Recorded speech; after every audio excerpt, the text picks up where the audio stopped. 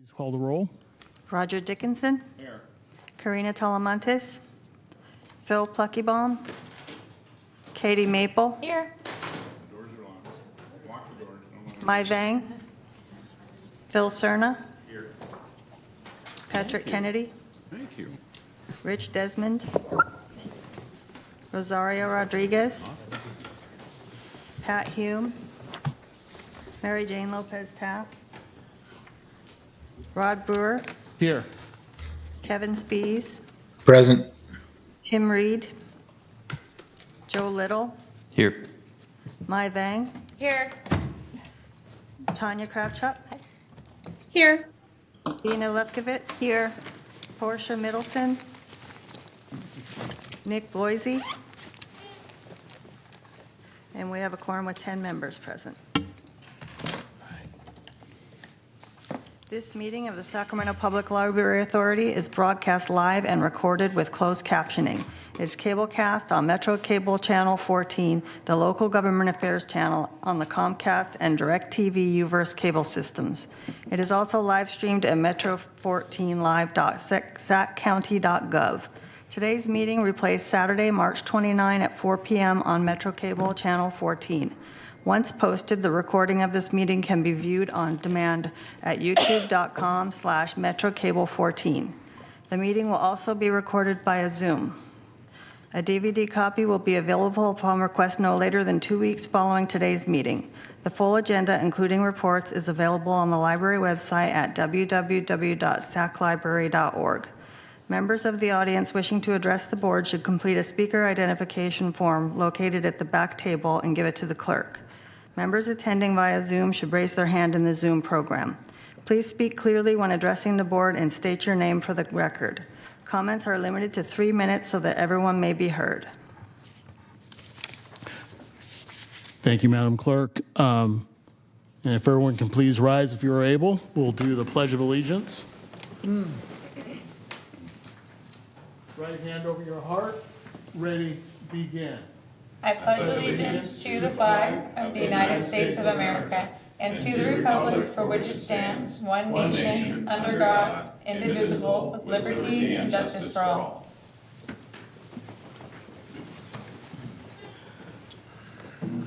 Okay.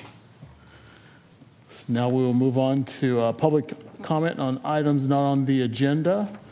Do we have any cards for anyone to speak? Hearing and seeing none. Now we will move on to item 3.1 for presentations. Friends of the Sacramento Public Library. And you're here in person today. I am. I couldn't miss the opportunity to see your lovely faces in person. Hello, everyone. My name is Devon Graves. I am currently serving as the Vice President for the Friends of the Sacramento Public Library and the liaison to the Joint Powers Authority Board. It is an honor to represent our amazing organization on behalf of the many folks across communities and the city, the county, and the broader Sacramento region. So earlier this month, our Friends of the Sacramento Public Library Board met on March 11th, where we were able to get updates from our treasurer, from the book den, and all the usual fun stuff. So just wanted to highlight a couple things. First thing that I think is exciting is that things are going great at our bookstore. Our volunteers are continuing to be busy sorting and bringing in and organizing those donations. So we continue to welcome donations to our book den.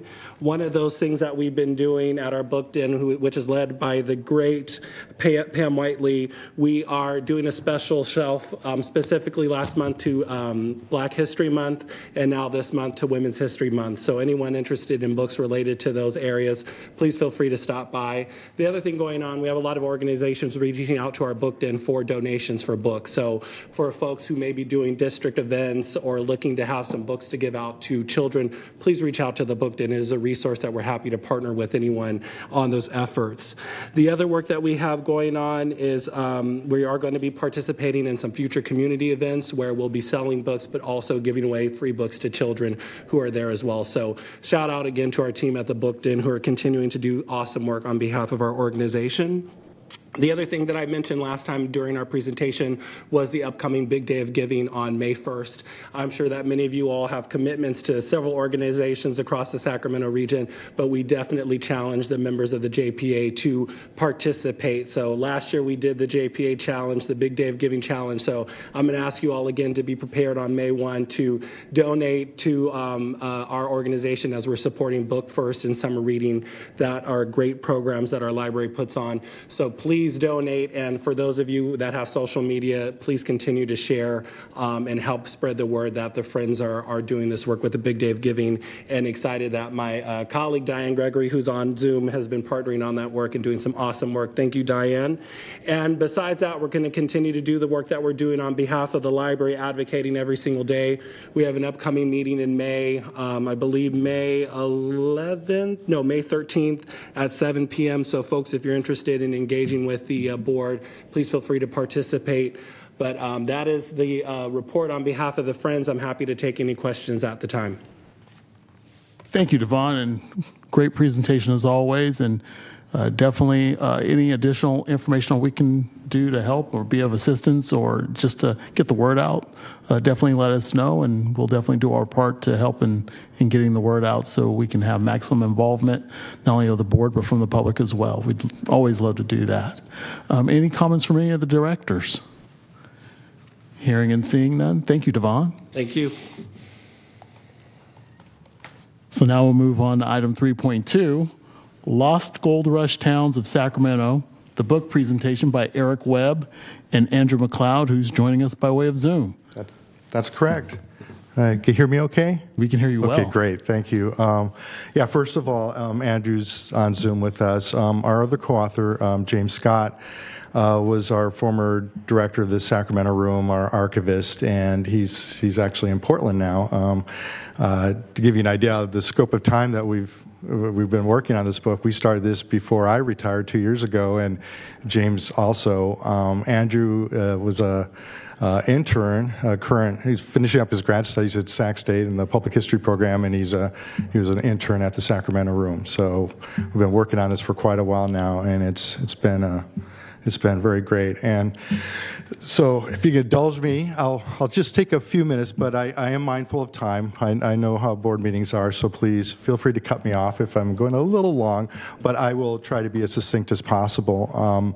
First of all, I come with an amazing amount of gratitude. In retrospect, I love nothing more than working for the library. It's an incredibly important job, and this project is very much a privilege and also a responsibility.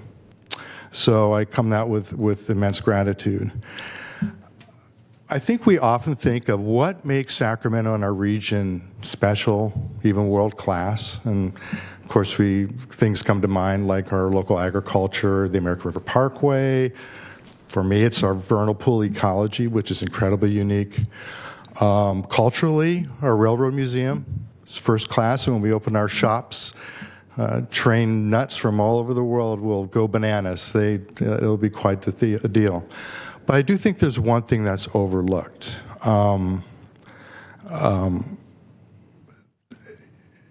As you know, the United States Congress, the first piece of legislation was to open the National Archives.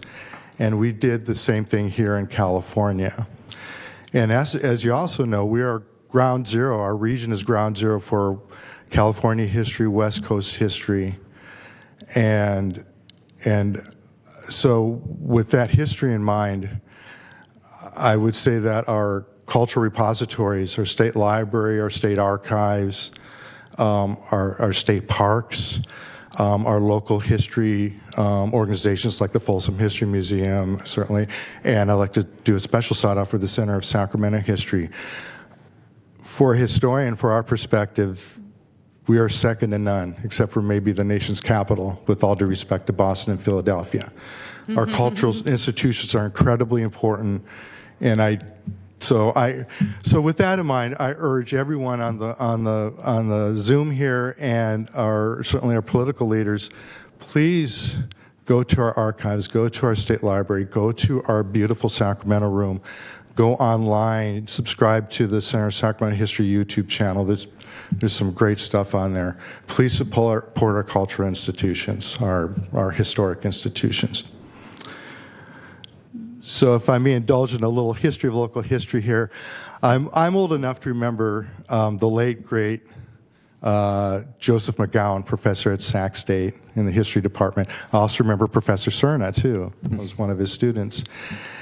And Professor McGowan was our grand marshal of local history. He founded the County Historical Society. He was a champion of local history at a time in the 1960s and 70s when it really wasn't very fashionable. But the good news is, and I think it'll be smiling upon us to see that in recent years we've undergone in our historical community a more expansive analysis of history.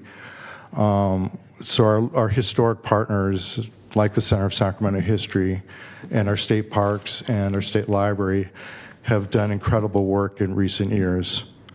So with that in mind, and in that spirit, we've produced this book, The Lost Gold Rush Towns of Sacramento. With this expansive history, there's a challenge of traditional narratives and mythology about the Gold Rush era and history in general. Some of the history is very difficult, and we don't avoid that. So we definitely are following in that new tradition that we have now. As for the book, I'd like to offer 2 nuggets as a tease. So when you drive down Southland Park Drive from the zoo towards Bell Coolidge Library and you go up the hill in the neighborhood there, did you know that at one point it was considered as a potential capital for a Pacific nation state, and later on as a potential capital for the state of California? Another nugget of gold, a little tease, is that for all the wonderful gold rush towns that we know about on the Mother Lode Highway, Highway 49, Jackson, Auburn, Placerville, and the rest, the 2 most important towns in the early California gold rush are now residing under Folsom Lake, one of which contained one of the earliest and largest African American communities in California. So, and as a spoiler alert, or as to increase the drama, it is not Black Miners Bar. Okay. So, the book is a piece of what we call in historical literature a survey. It covers a lot of territory, a lot of ground, and and one of the benefits of that is we opened a lot of pathways. One of the things I've learned as a researcher is that for all of our amazing collections, there are a lot of untold and undertold stories and pieces of analysis that we have yet to uncover. And it's quite remarkable. We have a lot of work to do. And so this is a conversation beginner. And so as you read it, you're going to have a lot of questions. You say, hey, what about this? What about that? And so this is intended to be a prompt for further research and inquiry. We have a lot to uncover, surprisingly enough. I do have one reading recommendation when you go through the book. A lot of us represent different parts of the region, and it's very tempting to, and I've done this myself, it's very tempting to go where you know, to go to your neck of the woods and take a look. Please try not to do that. What you'll find, although this is a survey and once again a collection of essays, you'll find that there's an interconnectedness with the region. You cannot know Sacramento without knowing the eastern part of the county and vice versa. So please keep that in mind. And even though we will tailor our book talks, when we do our series of book talks for our particular place where we're at, we will always keep that in mind. So we're all interconnected that way. And then lastly, I'd just like to say, once again, thank you. Please support our historic institutions. They're second to none. Our history is very important. It's reflective of our nation in general and the world in general, truthfully. So we will see you at the book talks. Be happy to know we have things on the burner out there in Folsom and here in Sacramento and everywhere in between. So once again, I thank you and I appreciate your indulgence. I see Andrew's on the line. If you'd like to maybe chime in for a couple of minutes, that would be terrific. Thank you. So yeah, I mean, thank you, Eric. This is a really good presentation, and I'll wait until. Does Andrew have something he would like to add to the presentation before I turn it over to the directors? I could, yes. Please go. Okay. Thank you. I just want to I'm really grateful for the chance to address this group. I'm sorry I couldn't attend. I'm waiting for a family member to get out of the emergency room. I just want to say that this book is really looking at what happens when civic bodies come under attack. Nowadays, it's more happening on the federal level with federal agencies. Back then, it was communities that were removed, despite being, as far as we can tell, incorporated towns with solid land title and certainly the beginnings of democratic processes. And there's a lot of trouble in the historic record. There are missing newspapers. The first 20 years of county assessor books are missing. There's a lot that wasn't saved, but there's so much that was, and we would not been able to do this work without the ability to go through and comb through these archives that are maintained by all of these groups, from Sacramento to Folsom to Yolo County, as well as all our wonderful state agencies like the library and archives. And we don't know what's still out there. This is very much the beginning. And we are also very aware that we just looked at a limited part of Sacramento County, and there's much more to uncover. This is much, much more the beginning than the end. I just want to thank everyone again for being accountable professional librarians who, really serving as the guardians of truth and the stewards of culture. We couldn't have done this without you. And thanks especially to the Sacramento Public Library for your support for this really important project at this critical time in our history. Thank you. Thank you, Andrew. I think the presentation in this book is very, very helpful. I also would like to have it signed before it's all said and done. But I know there's the Sacramento area is so rich in history that if we're to do anything when we learn California history is really take a dive into the work that has taken and what make Sacramento what it is today, especially from a historical standpoint. It's like there's a deeper story behind everything that we see with Folsom, Sacramento, the outlying regions, that if people really dug a little deeper, they'd find that a lot of the history that takes place here not only predates the gold rush era, but really taps into a bigger picture of who we are as a people and as a region. I know part of the Bear Flag Revolt that took place at Murphy's Ranch in what is now Elk Grove was also a key historical point because we see Highway 99, we see everything else that is laid over it, but when you go on West Stockton Boulevard, as you make a bend going to McConnell Estates Winery, there is a stone there that commemorates that particular moment in the Bear Flag Revolution that triggered California to becoming a state. So this book is going to be very, very helpful, definitely good for us to have, but to also share with our friends and neighbors and family, because this is a piece of American history that not a whole lot of people realize, but once they read it, and once we're able to share it with people, it definitely opens up the door in helping people learn more and understand more about California in general. With that said, I'll turn it over to Director Maple. Thank you, Chair, and well said. Couldn't say it better myself. And so, with your indulgence, I was going to ask if perhaps we can all take a photo together.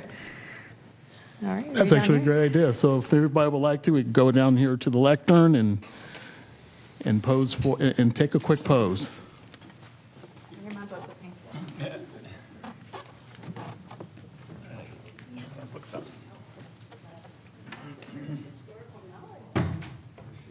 Thank you. You did learn that at Sac City? Thank you so much. Thank you so much.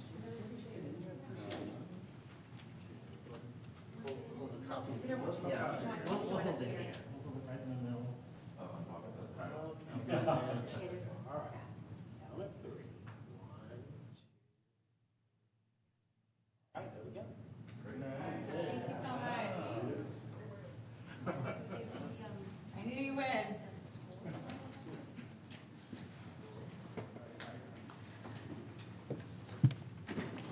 Thanks.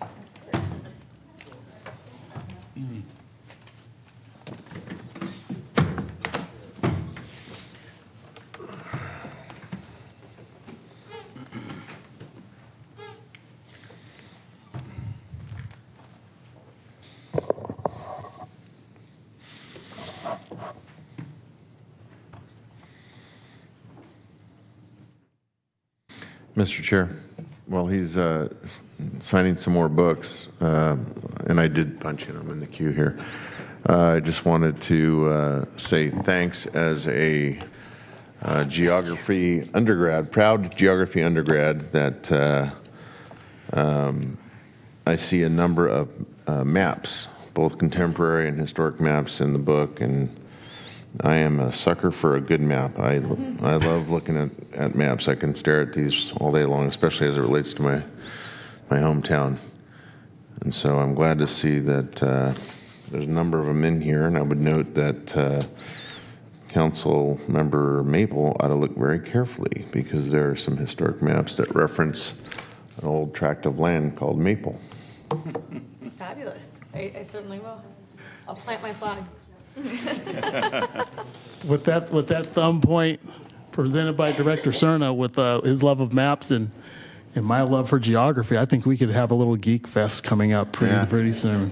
Definitely. But once again, I want to thank you, Eric, for being here today and providing this presentation along with Andrew. This is really good stuff. Really good stuff. So with that, we'll move on to item number 4, Executive Team Report. Director Coyle.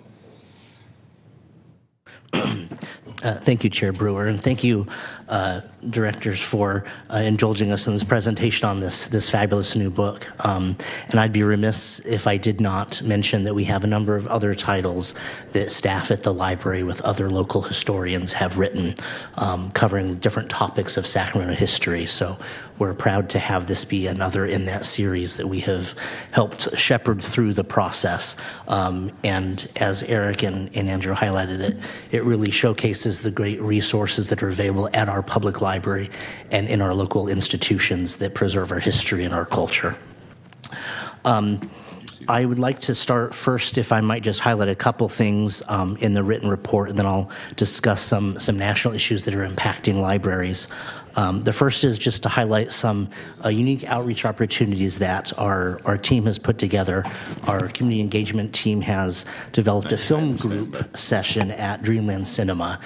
This is a continuation of something that started last year, which is very popular, and so really excited to have that continue. We're finding that the community is looking for small group settings and outside of the library. They still want to take part in the library, and so this really helps us do that, and we're really excited to continue that program. And as well, they'll be extending their outreach opportunities this summer to places including Oak Park Farmers Market, Tahoe Park Food Truck Night. That sounds really exciting. I love a good food truck. Poetry Night at the Crocker, Easter in the Park, and Earth Day celebrations. So those are just a few of the events that we're able to go to. We get lots of requests from various community groups, so we are trying to be out in the community where you might not expect us. So if you have suggestions in your districts or know of community groups, we welcome those suggestions as well so we can reach out to more people. And the other two items I wanted to highlight in the report are just some facilities updates. We are moving forward with our partners at the City of Sacramento to work on the renovations of a number of buildings, including the Martin Luther King Library. That project is underway, and we begun conversations with the city about public art that will take place at that location. Even though that building is an existing building, there's still funding allocated for art in public places there. So we're really excited to see what new art we can add to that building to commemorate and honor that community and its namesake as well. And then additionally, if you won't necessarily see this, but at the library, in the back of the main library, we are expanding our automated material handler system. It doesn't sound super exciting, but it's actually very exciting.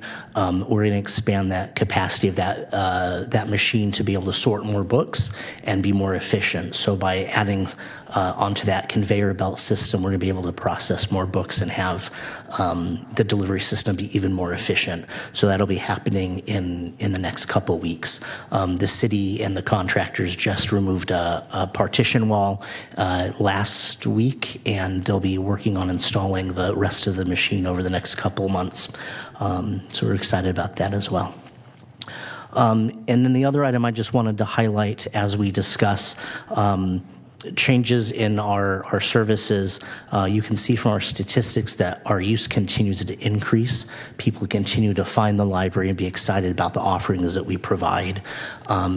And while we at the Sacramento Public Library are very lucky in terms of how we're funded and the information and the support we get from our local municipalities, and we get a lot of funding through the state library indirectly. Some of that funding, most of that funding actually federally is under the knife right now. A recent executive order from the president directed in essence, the closure of an organization or an independent federal agency called the Institute for Museum and Library Services. And this is an agency that is dedicated, and its sole purpose is to support libraries and museums. Sacramento Public Library has been the recipient of a couple of grants from that organization, as well as local institutions like the Crocker Art Museum and the History Museum have also received federal grants from this agency. That funding will be most likely eliminated if the executive order is followed through, and that will have significant impacts to libraries across the country and in California specifically. Some states depend on that money to provide lots of services. Most of those funding in California are pass-through grants that come to libraries for specific programs and activities. You may have heard of Vet Connect a couple years ago. Some of the bookmobiles and technology across the state are funded through this funding, and there's a distinct possibility, very real possibility, that funding will be zeroed out. And so we are waiting to hear back from the federal government on what that proposal is. I believe IMLS has through tomorrow, I think, to provide a budget, maybe next week. But I've shared with all of you a double-sided document that the California Library Association's created that discusses the federal funding that the state gets for libraries through these programs, so you can be aware of that. In terms of what action the library is taking, we have been in conversations with our partners at the California Library Association, the American Library Association, and they're advocating for that restoration. And we're waiting to see what happens with that. We also been in conversations with our federally elected officials about this issue, and have some conversations with them as well. The direct impact to the Sacramento Public Library will not be felt initially. As I said, we do not get direct funding. We get some grants. So as that money comes to the state library and it distributes it, we're able to take part in that. So the state library will be able to continue those grants through the end of the fiscal year. But after that, we're not sure what will happen with that funding. And so we'll keep you apprised of that. But we don't foresee any initial reduction in services or more offerings because of that, based on how we're structured and we're funded. Other libraries in the state, and quite frankly, other states will feel this more impactfully than California. But we are very lucky in that regard, but we'll still have impacts on us. So we'll share that information with you as we know what those are. But I want to keep you guys aware of that, as that has been a very quick-moving situation with that executive order only coming out within the last 2 weeks. So I'm happy to answer any questions that the board might have on this issue or anything in the report or anything else that I haven't addressed. Thank you, Director Coyle. The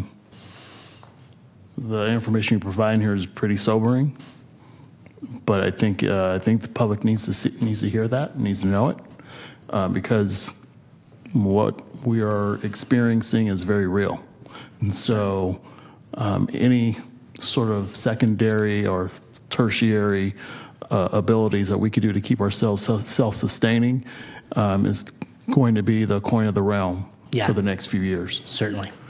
Director Maple. Thank you. Thank you, Chair. And yeah, also thank you for this information. Now, having sitting on various regional boards, and we're hearing similar news, unfortunately. From this administration. And so it would just be my request that you keep us up to date as much as you can, as you have conversations with the federal government and the various agencies that impact libraries, and also tap us in where we can be helpful, whether that be writing letters, making phone calls, utilizing relationships that we may have, the members of this board. We know that libraries are very important, and so want to make sure that we're helpful. So thank you. Thank you. I certainly will do that. Any other directors have any additional comments? Well, once again, it's like I said, good report, great report. Definitely looking forward to the food truck events, because like you, I love a good food truck. If you have 3 or 4, it makes a meal. And so it's so like, once again, thank you again, Director Coyle. Now we'll move on to information. Item 5.1, Hoopla discontinuation and digital resource strategy. Director Keller, you're up.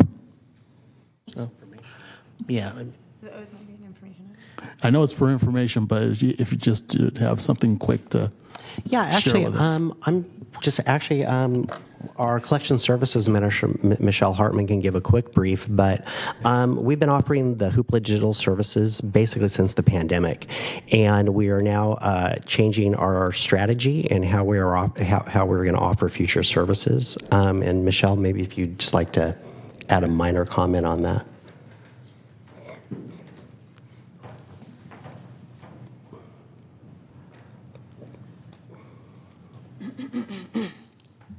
Hello.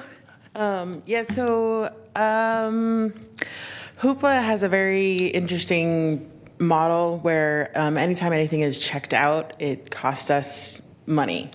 Whereas Libby, you buy a license to something and you have access to it for a year, 2 years, and you pay one price in advance, and then it's borrowed as many times as it can before the meter runs out.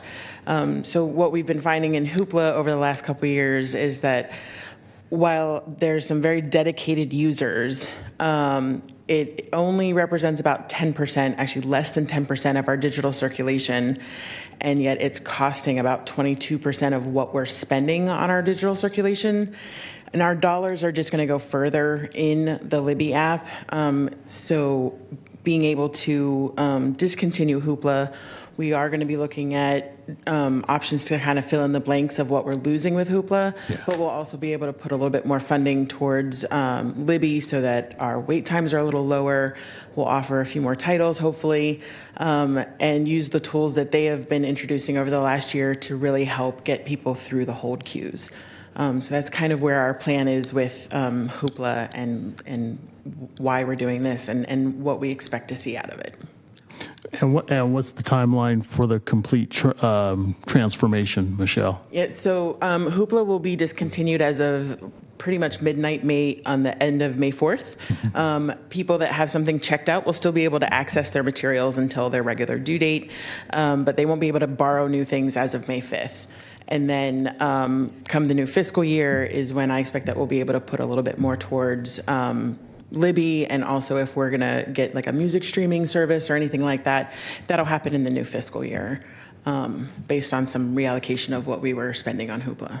Okay. And the reason why I brought that up, because I know last month we talked about the different applications that we will be having and that are at the customers or users, library users or our customers, but they're also our loving public. It gives them different options, and it would be a shame for some of them who would still look to use Hoopla, would not have it available, and it would create a little bit of confusion. So just having that clarity and just speaking this whole transferal into existence, I think will help some of our folks as they begin the process or continue the process of utilizing our services. Especially especially with the streaming services and other applications that we have available. Yeah, we're communicating a lot with our Hoopla users. We send a direct email to anyone who's been active in Hoopla in the last year. Also letting everyone know that there's more in Libby than they're probably aware of. There's music streaming in Libby. Like you can watch concerts through a part of Libby called Quello, which we're talking like any kind of genre. You can watch Beyonce or Bon Jovi, like it's all over the place, right? We also have classic music available through Libby, and the streaming that people use Hoopla for, like the movies and TVs shows and stuff like that, we have available through Canopy. It's a different selection.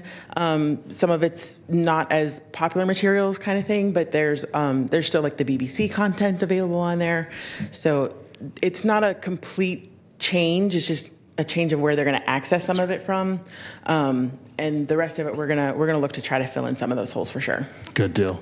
No, thank you for this quick overview. It's definitely helpful for me, but also I know as I talk to folks and as some of them use the streaming services, just to be able to tell them, hey, this is what's happening, will go a long ways. So thank you again for this presentation. Chair Brewer, Alternate Director Kravchuk has a comment. Okay. Thank you. I just wanted to uplift something that I had heard in the community from some self-described power users of the library. So I agree that the Libby catalog is hands down the best. The varied amount of books and the low wait times should really be the model for the nation. However, Hoopla had a great amount of books available in audiobook format that Libby simply doesn't have. So shutting off Hoopla is going to make a great amount of audiobooks unavailable to the public. So I would advise that the focus on the new Libby books that are bought be on audiobooks. The ebooks are incredible with or without Hoopla, but the audiobook catalog should be bolstered now that Hoopla will be gone. You have a response or anything to Director Kravchuk's Thank you. comments? First, obviously, I really enjoy hearing some of that feedback because it's really important for us to know. And second, I will say that there are some things that are limited on where you can get them. There's some ebooks and e-audiobooks that are like only available through Amazon and Audible. Like we will never get them in the library. There are some materials that the audiobooks aren't going to be available through Overdrive. There are some that we don't currently have that are available, but we haven't purchased because they cost $110. So we don't necessarily, our audiobooks will automatically start to go up once we are able to put more money towards it. It's just the cost of everything has kind of been a little bit slower to get to some of those. Like if we have it in ebook and it's available in audiobook, we don't always get the audiobook because of the cost. So, but thank you for sure for that feedback. It's very good to know. Okay. And Director Bloisey has a comment. Director Bloisey, you are now up. Yes, this is Nick Blois. I also wanted to reiterate that I had been contacted about similar concerns, that the new Libby books that we do have, as many as possible, be brought in on audiobook. Our audiobook catalog needs to be bolstered now that Hoopla is gone, because Libby does not support a lot of the audiobooks that Hoopla did. So I just wanted to, once again, reiterate that same point from our community. Yeah.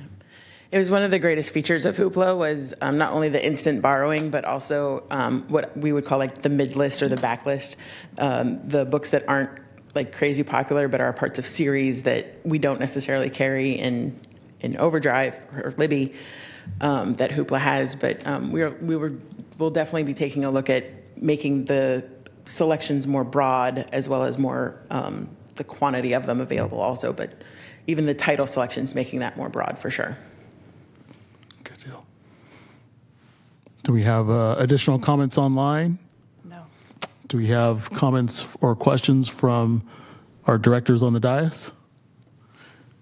Hearing and seeing none. Thank you again, Michelle. Thank you. And thank you again, Director Keller, for this overview. For items 5.2 through 5.5, part of the monthly treasurer's report, I'm trusting that everyone has been able to go through each of those. And now we move on to the consent calendar, item number 6. We have items 6.1 through 6.7. Do we have any items that that are needing to be pulled off the consent calendar? Any comments from any of the directors? Hearing and seeing none. Nope, I do. There we go. Director Dickinson, you are now up. I just have a request, and it's illustrated by item 6.4, and I appreciate that you gave us the total scoring matrix for the bidding after our conversation the last time around. But in the future, can you show us the individual scoring and the point totals broken down by reviewer or rater, as opposed to just the aggregate total? That would help. That would help, at least from my point of view. Thanks. Yeah, we can certainly do that, Director Dickinson, not a problem. Yeah, thanks for the feedback. But I appreciate that this is, for me, a step in the right direction. Okay. Thanks. No, thank you, Director Dickinson. Do we have any other comments from directors online or on the dais? Hearing and seeing none, I'm looking for a motion for the consent calendar. Moved by Director Maple. Do I have a second? Second by Director Lefkowitz. All those members present vote by desiring aye, or we could do a voice vote by the clerk. Aye. Aye. Aye. Aye. All those opposed? Any abstains? Sorry, I have to interject. Because it's a special telecommunication. So we do have to do a voice vote We do have to do a voice because vote. of the hybrid. We have to do a roll call vote. Okay. Sorry. Madam Clerk, please call the roll. Roger Dickinson. Aye. Karina Talamontes. Phil Pluckybaum. Katie Maple. Aye. Mai Vang. Yes. Phil Cerna. Aye. Patrick Kennedy. Rich Desmond. Rosario Rodriguez. Pat Hume. Mary Jane Lopez Taff. Rod Brewer. Aye. Kevin Spees. Kevin Spees. Tim Reed. Joe Little. Yes. Tanya Kravchuk. Aye. Nick Blois. Yes. Bina Lefkowitz. Yes. And motion passes with 9 members voting. Okay, and the consent calendar is now adopted. Thank you again, directors. Now we move on to action 7. We have no action items. Now we move on to item number 8, reports, ideas, questions from board members. Do we have any items, directors? Director Lefkowitz? Just a few comments. One is I want to go back to the audiobooks. It does make me wonder about access and inclusion issue for people that can't read a electronic book. So I guess for me that would be an important reason to think about investing more in audiobooks. A few, and forgive me for being stuck on one topic, but we do have a movie called Hopeville, which talks about the reading crisis and some hope about how a young person was positively affected by a teacher that intervened in the right way, on April 1st at the Sophia, and tickets are still available, so I wanted to let the public know, let you all know. Also, just hoping that in April or May, we'll do a joint literacy presentation with our staff here and the SCOE staff. So, Peter, I don't know if there's a way to get a date set up. If you need my help there, let me know. Okay. And then my last, on March 31st, it is Trans Day of Visibility. And I just bring that up because I went to an event at the LGBTQ Center last week, and there were about 100 trans folks there talking about the impacts of the federal changes. It was very heartbreaking. And I bring it up only because I'm hoping our library has books that represent that community. And so I just want to make sure those are, maybe on the 31st would be a really good day to make them very visible. Thank you. Thank you, Director Lefkowitz. Any additional comments from our directors, reports, ideas, questions? Anyone else online? Hearing and seeing none, we are at the time of 3:49. I want to thank everyone for being a part of today's meeting. We will see you next month. This meeting of the Sacramento Public Library Authority is adjourned.